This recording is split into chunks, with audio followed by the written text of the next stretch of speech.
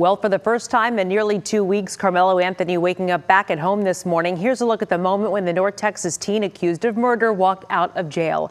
The 17-year-old is now under strict house arrest as he awaits the next steps in his case. Chris Sadeghi is with us here at the desk this morning. And Chris, I know that you were in the courtroom yesterday when the judge lowered his bond. This is a case getting a lot of national attention. Just walk us through what happened yesterday. Well, because of that attention, safety and security is at the forefront. The judge actually started the hearing by saying that she's presided over a lot of murder trials involving a lot of defendants of every race, and that she has never seen the security precautions needed to this point in this case. We not only walked through the first metal detector at the front of the courthouse, but also another at the entrance of the individual courtroom. The families of both Karmelo Anthony and Austin Metcalf were in the courtroom. I noticed the deputies made sure they were careful. They would let one family enter before the other, and then also the same thing leaving, because they obviously want to avoid any possible conflict that might happen. Okay, now how long did the hearing last? Let's talk about what were some of the important moments, discussions that were had. Yeah, going in, we weren't sure if this would be a very quick hearing, if she'd make her decision right away or not, but it took about an hour and a half. Karmelo Anthony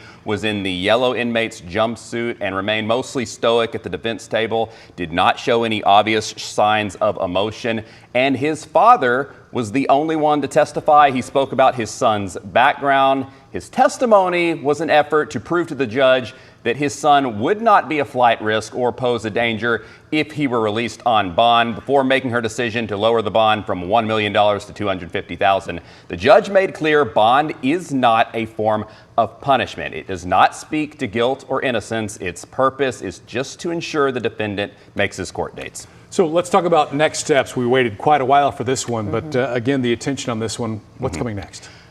Well, Karmelo Anthony is home now, and he will have to remain under house arrest. He will be wearing an ankle monitor. He cannot leave his house without the court's permission. In the meantime, now a grand jury will hear the case and decide whether or not to indict him. If they do, the case does move forward.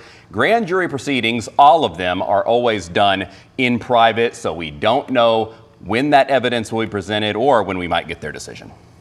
All right, thank you, Chris. This is going to be very detailed. A lot more information on our website, too. Absolutely.